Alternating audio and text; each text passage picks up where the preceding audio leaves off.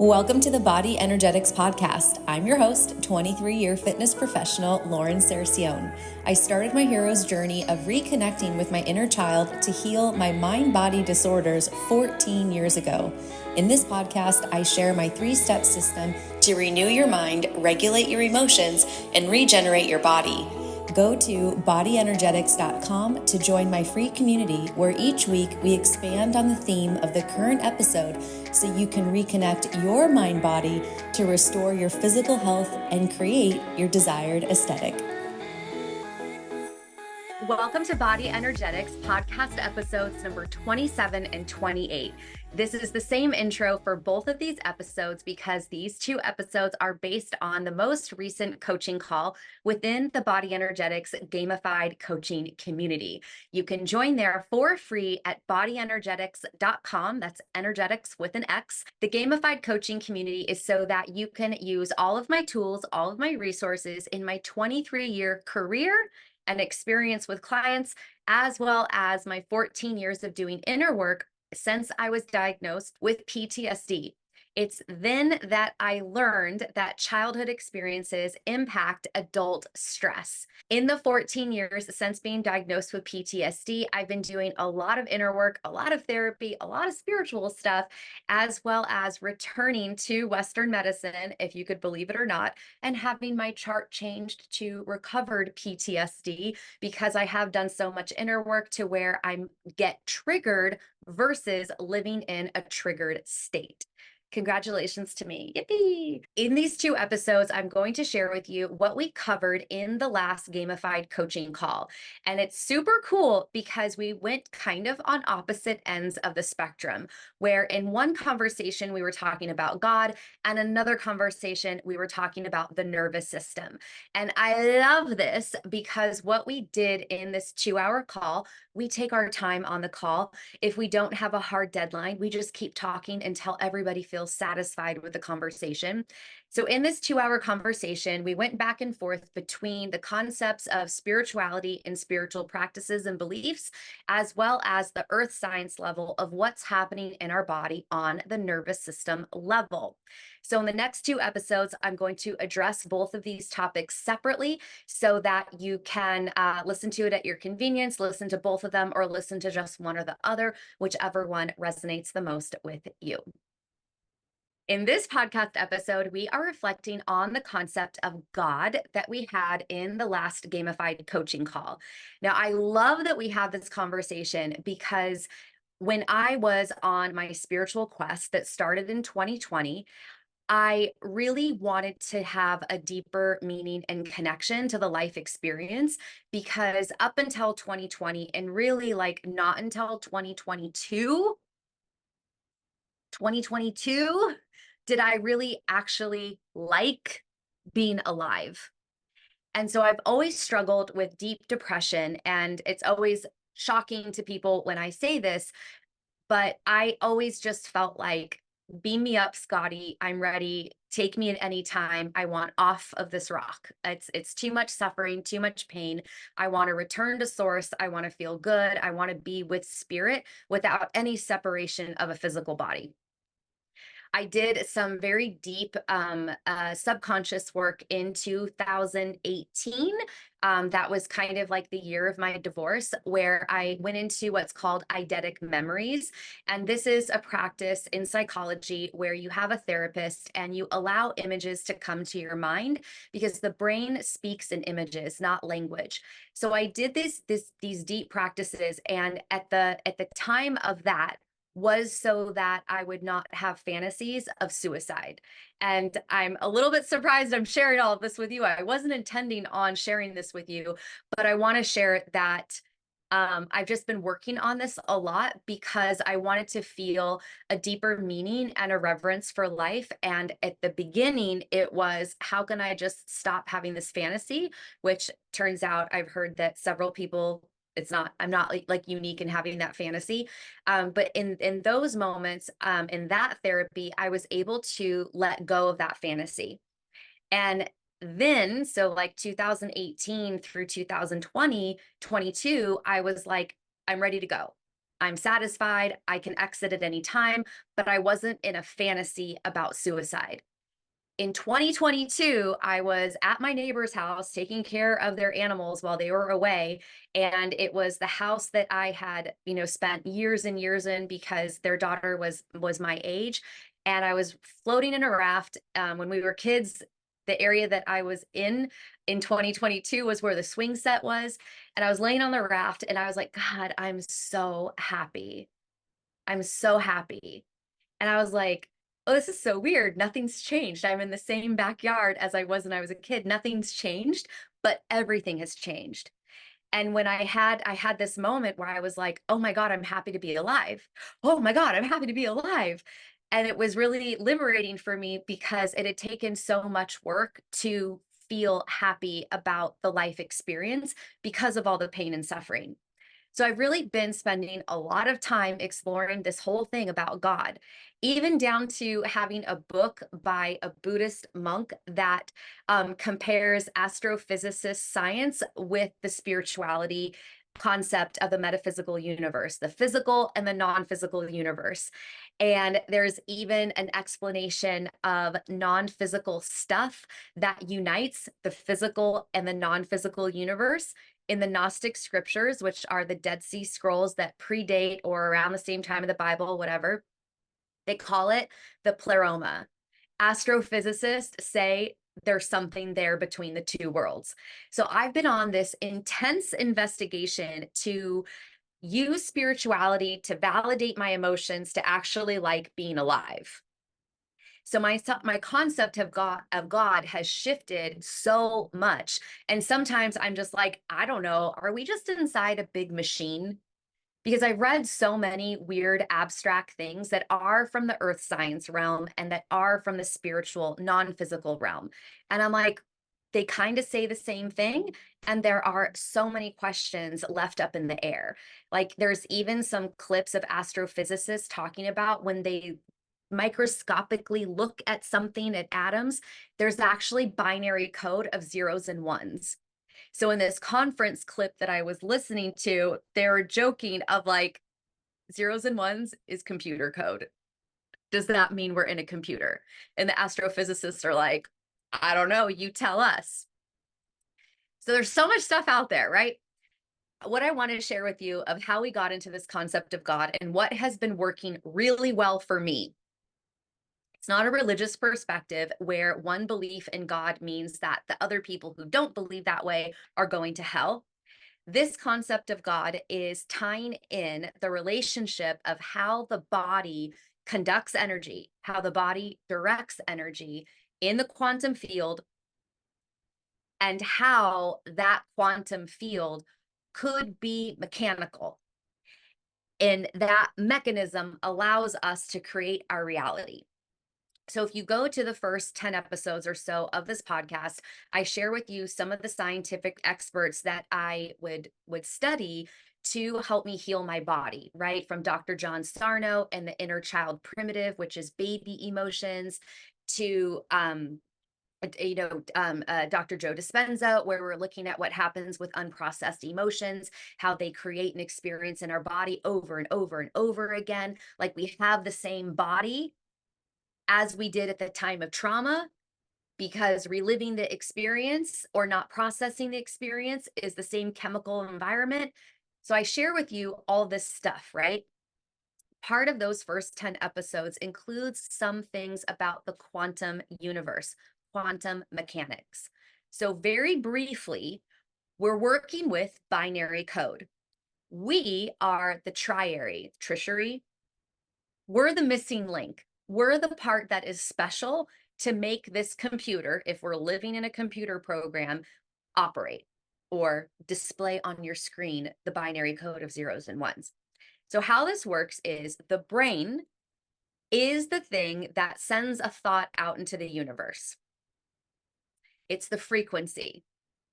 It's a positive neutron, proton, electron. It's a positive proton in the subatomic parts. It is the thing that is subjective in the quantum experiments when the particle was observed, when the wave was observed, it acted like a particle. But if it wasn't observed, it acted like a wave. I'm not quite sure. Like even a machine, like they would unplug the machine, but because the machine was pointed at the wave or the particle, it would then do something different. So you'll have to Google that with the quantum experiments. It's really wild. But basically, it's the thing that creates change because of the observation. So on the quantum level, our thoughts are creating our reality. So a lot of people will play with this to say, have an angel sign. I did this recently where I was like, okay, let me just play around. Give me a sign that I'm connected. And I said to the universe, I want to see an elephant.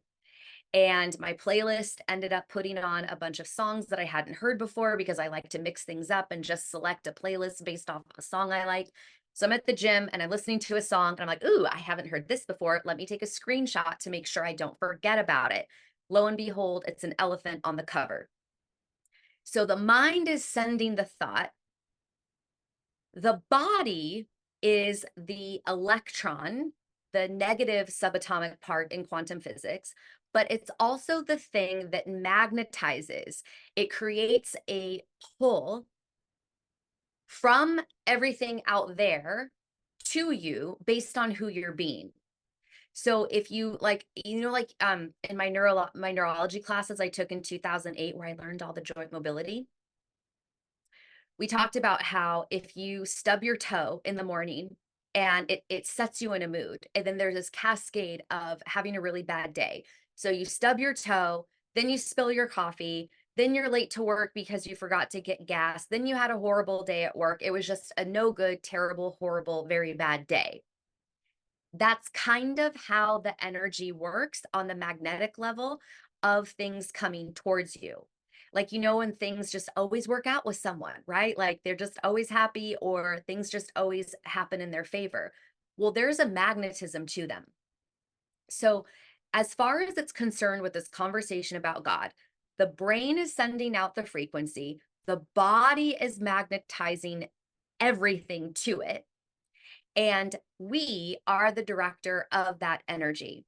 So if we have these conscious thoughts and desires of what we want, and we know mentally that they're going to make us feel good, but our body is vibrationally low, it has a lot of unprocessed emotions that are keeping us stuck or keeping us stressed, inhibiting us from following through with our habits, or our body getting sick or having a flare when we reach a goal or a milestone or we set a goal. So what I started to think about to feel this deep sense of connection with God was that if this is a machine, just what if this is a machine where there are actual gears like the inside of a non-digital watch, a non-technologically advanced of our time, Apple Watch. If it's actually gears, then that means, and it's all connected, right? We're just vibrating at different levels. That means that when I have a thought, there is this connective aspect of my thought as a frequency wave that is connected to a gear 500 miles away from me that's going to start to turn. And as that gear turns, what it's connected to turns another gear, turns another gear, turns another gear. And then that thing that I'm desiring is going to show up. And because we are all connected, that means that it's going to show up in a person, a place, a thing, or an experience. And it's my job as that third wild card of the binary code to pay attention when it comes to me. And that when it comes to me, I allow myself to have the emotional experience of joy and appreciation. Oh my God, it worked. I'm connected. I am not alone in the universe. I am connected. And to have that appreciation. Because then what happens is when we have the appreciation, it delivers more, right? Like if you have an item that appreciates in time, you're going to get more money when you sell it. Versus if you have an item that depreciates in time, you're going to get less money when you sell it. So the same thing for our experiences. If we notice that we received something that we wanted, we allow ourselves to feel whatever emotion that thing is giving us. Love, joy, appreciation, kindness, care. And then we take an extra moment to appreciate that it happened, that our thought went out into the universe and our body magnetized it to us. And there's no deserving or worthiness or anything that is a scale of our worth in relation to the things that we want. We get the things that we want if we're an emotional match to it, if we are a vibrational match to it, because that's just magnetics. And when we don't get the things that we want, that is where we get to grow our soul to experience the disappointment. So if we think about this as if we had a child, right? The child should not get everything it wants. If you give a child everything that it wants, you are raising a narcissist who's going to think the entire world revolves around it when it's a grown-up. We should not get everything that we want. So when we're learning about manifestation and our thoughts and feelings and having a vibrational match to the things that we want, we can get it so twisted in our narcissistic little 5-year-old heads that say, just because we want it, we should have it. So when we don't get something that we want, or our body is not in the shape that we want it by a cultural standard, or just how our bones are, or how we carry our weight, whatever, that dislike is there for us to find. Where is the self-abandonment that I don't like this aspect of myself? What am I making this aspect of myself mean for me to dislike it and not want it to be there? Because then that's where you get to grow your emotional intelligence, do the inner child work, reconnect with yourself, process the emotions and experiences that haven't been dealt with. So we get what we want, yay, appreciate it, keep going. We don't get what we want, do the inner work, right? So as we're in this conversation about God, the reason why it came up, or the person that it came from, has been dealing with some heavy stuff around sexual assault. And really taking a look at her life and the people in her life that are a replicate of the experience that she had with her siblings and the family and friends around her. And so what we're actually looking at is to say, okay, well, if you had this thing happen to you that disrupted trust, that then caused you to have a reaction of putting on weight to make yourself sexually undesirable, and then being overprotective, how did those two things impact the people in your now experience that are reflecting those wounds and protections? That's the mind-blowing work of getting out of the victim mindset and going another step deeper into understanding our thoughts and feelings, and not only how they're manifesting in our habits, but our body, but then also the people, places, and things around us. So this conversation of God that we were talking about was like, how can you create a meaning about the experience in your life that isn't about, oh, this thing happened to me and this is who I became for other people. I became an overprotector of children. What if the meanings that we gave our negative experiences to try to not feel them anymore was actually a conversation between our human self and our soul self? Because when we can shift the conversation of our pain having a purpose for other people into our pain having a purpose for our soul, the inner work that we end up doing when we're triggered or when we're trying to go from good to great becomes a conversation within the self, which means you don't need anybody else to validate you. So this is next level stuff. And as we were getting deeper into this conversation about the soul self and the earth self, we talked about a concept called herogamic union. And herogamic union is talking about a masculine energetic of non-physical with the feminine matter of physical.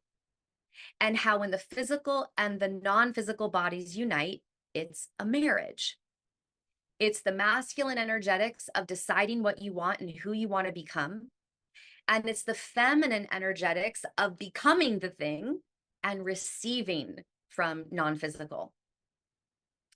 And how these symbologies, these metaphors work is that when there's a male and female, when there's a sperm and an egg, where there's a plug and an outlet, something is giving and something is receiving.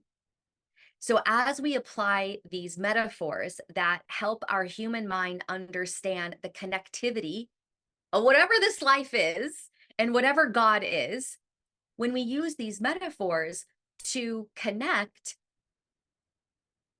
the concept of God or the concept of the life experience, the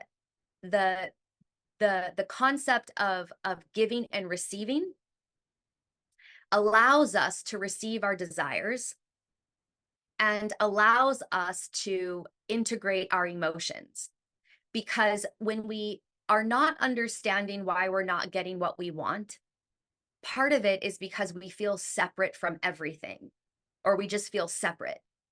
And that separation feeling comes from when we abandoned ourselves, made ourselves bad, or judged ourselves, or had to escape a terrible, awful experience.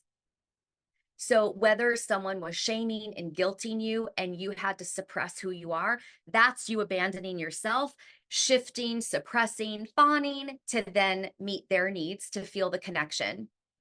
If you were assaulted, any type of assault, anything, even someone just yelling at you, if you had to check out of your body to not feel that stress, that's abandonment. So the abandonment is not necessarily within an interaction with a person. It's the abandonment that happened within ourselves to escape that horrible feeling. So when we can look at ourselves as whole, that we have this mental masculine energy of deciding and following through and having the tenacity and the discipline. And then we have the feminine experience in matter where we're feeling our body and expressing our emotions. Then we start to understand how the self-abandonment caused us to feel that we are unworthy of receiving, because in that self-abandonment, unworthiness and invalidation were part of the feelings we were experiencing in that moment.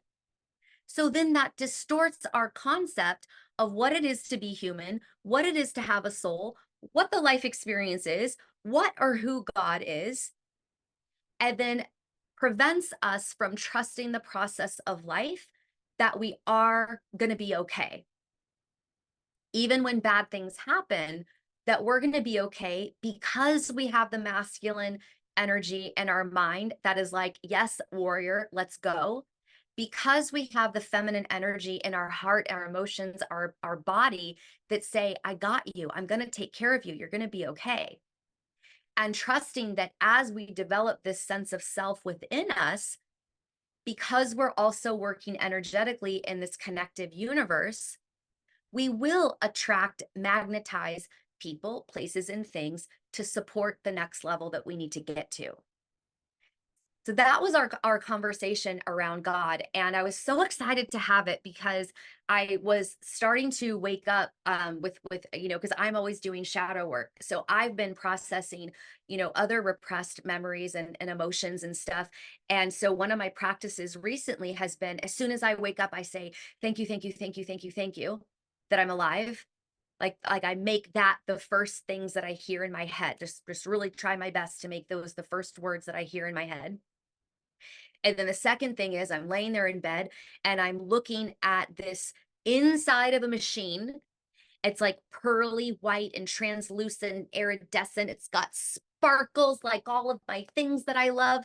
And I see these little translucent gears, and I see how my brain, my mind is connected to them with these beautiful sparkly ropes, that when I have the thought that says, I'm going to do my best, I'm going to serve the people in my community, I'm going to be helpful, I'm going to attract what I need to get to my next level, then I see all these gears start to move, and I'm like, boom, done. God's working. I'm connected. We're going to do this.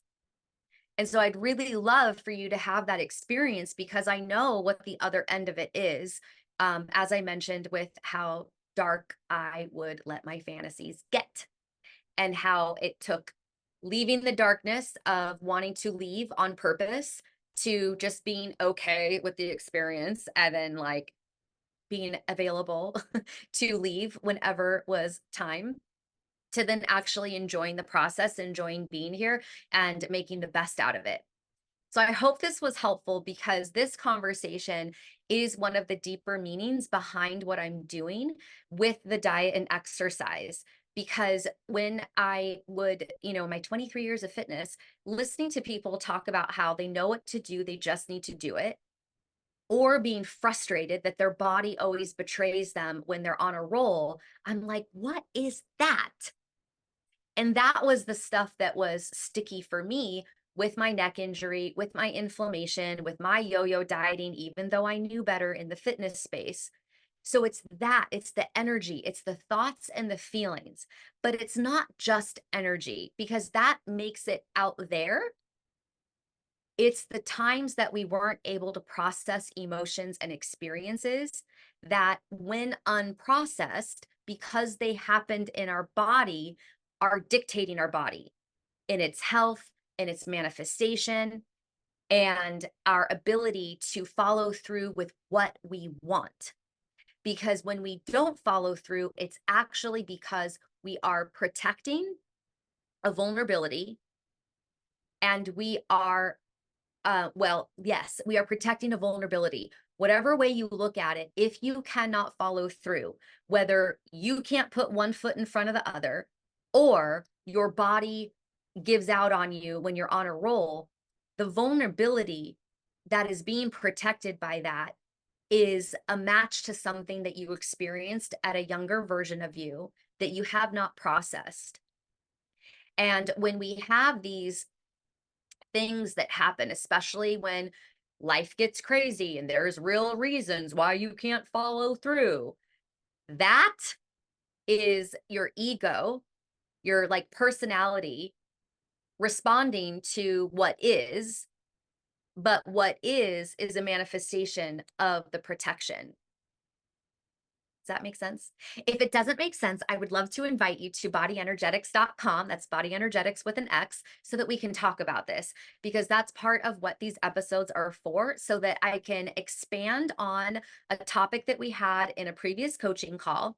This is kind of a follow-up to the woman that this concept applied to, and then also to invite you in. So if this makes sense to you, or if it doesn't make sense to you, but you have this little intuitive hit that you're like, this is interesting, I feel like this is going to deepen the meaning I have about my body and my relationship to food, come join the community, because I'm in there every day. We post in the group, we talk about things. When you tell me what you're dealing with, or what you're struggling with, or what your goal is, I direct you to a module within the platform, so that you can start the process of whatever it is that you want to achieve. And then when you watch the trainings feel like you and I are having a one-on-one conversation. You watch the training, you do the work, you post in the group, and then I help you go a step further. And every time you interact with the platform, your leaderboard goes up, and the leaderboard goes to 0 every single month. So every single month, you have an opportunity to be one of 3 people on the first Saturday of the month group coaching call. And I never have a hard stop. The person who does have a hard stop goes first. Everyone else kind of hangs out. And then when everybody feels satisfied and complete, that's when the call is over. The last 2 calls have been 2 hours long. So I'm there to give you as much support as you need, because like this topic right here is my bigger why. And so my desire is that if people were as low as me in depression and dealing with a lot of the problems that depression gives, then, if I could help you get to the other side or help you attract tools, it might not be me, but if I can help you get you on your way, either with me or without me, that is like my heart's desire. Because this experience is pretty extraordinary well, for me, I believe it is very extraordinary to have a soul inhabiting a human body and to know the difference between emotions and meanings, and that anything that happens to us is a way for our soul to grow, even the really horrible, awful stuff. If you don't want to join the community, if you want to have more support, I have an announcement for you. 3-month renovation starts on August 19th. And this is for the person who is dealing with the diet cycle, the yo-yo dieting. They want to get off of that hamster wheel. No more quick fix supplements and challenges. It's also for someone who has headaches and tension and chronic pain. This is the unconscious. I am going to take you into your body every single week for 3 months. I'm going to take you through the body, take you through the mind, take you through food. You can do just body or just food. You can do both. Right now, as of July 11th, they are pre-sale where it's $600 if you do one or the other, and then $850 if you do both. So you can just reach out to me on Instagram at Lauren Sercion or at Body Energetix, and then I'll give you the links. The pricing is going to go up the closer we get to it and the more details about how you're going to do it are exposed. So jump in it now if you know that you want to get into that deeper level. If you want to have accountability and coaching on a weekly basis, we're going to be connected more than once a week. So if you want a little bit more high touch, that's going to be for you, the renovation. If you want to kind of go at your own pace, then you can do the Body Energetix community. Thank you so much for listening to this episode. If you found it helpful, please give me a 5-star rating and review. Share it with your friends. Tag me on social media at Body Energetix with an X or at Lauren Sercion, and I'll reshare you to my story. We'll see you in the Body Energetix community at bodyenergetix.com.